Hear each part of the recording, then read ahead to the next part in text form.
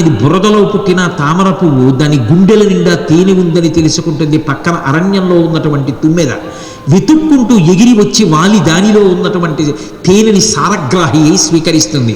నువ్వు ఎక్కడ పుట్టావు, ఎక్కడ పెరిగావు, నువ్వెవరు ఇది కాదు. నువ్వు దేనిగా మారావు, ఏ గుణములను సంతరించుకున్నావు, ఉద్ధాన పతనములకు ఎదురొడ్డి ఎలా నిలబడ్డావు, ఎవరు నీకు ఆదర్శం. అందుకే మంచి స్నేహితుడిని స్వీకరించాలి.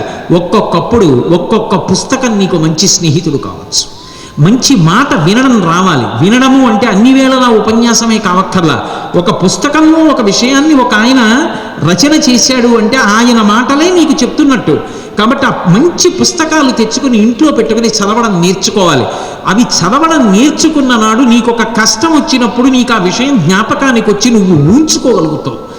నీకు వెయిటింగ్ లిస్ట్లో టికెట్ కన్ఫర్మ్ అవ్వకపోతే ఒక రాత్రి జనరల్ కంపార్ట్మెంట్లో ట్రావెల్ చేయవలసి వస్తే అయ్య బాబోయ్ నా వల్ల ఎక్కడవుతుందని దిగిపోయిన వాడు కాడు జీవితంలో సాధకుడు.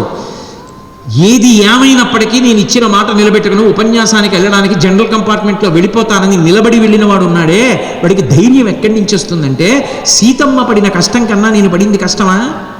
ఒక రాత్రి నిలబడి ప్రయాణం చేయడం కష్టమా? సీతమ్మ ఎంత కష్టపడింది, ధర్మరాజు గారు ఎంత కష్టపడ్డాడు. అవి చదవడం ఎందుకు అంటే ఊంచుకోవడానికి. ఇతిహాసాలు పురాణాలు పనికిమాలినవి కావు, బాగా జ్ఞాపకం పెట్టుకోండి. అందుకే స్వామి వివేకానంద ఒక మాట అంటారు, if the Itihasas and Puranas are not befitting to the present time and if they cannot answer the questions arising out of the present society, throw them out of your window mercilessly. Don't keep them in your library, don't keep them in your study room. But I assure you, the legends of the Indian philosophical society, the Ramayana, the Mahabharata and the Bhagavata will stand for the test of the time. మీకు ఏ కాలంలో వచ్చే ఏ సమస్యకైనా సరే అవి పరిష్కారాలు చూపిస్తాయి.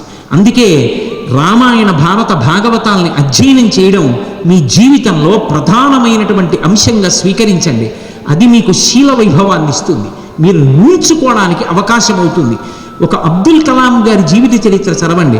ఇవాళ నేను మీకు చూపించినటువంటి కొన్ని ఉదాహరణలు ఈ మధ్య కాలంలోనే రామకృష్ణ మఠ వాళ్ళు రిలీజ్ చేశారు.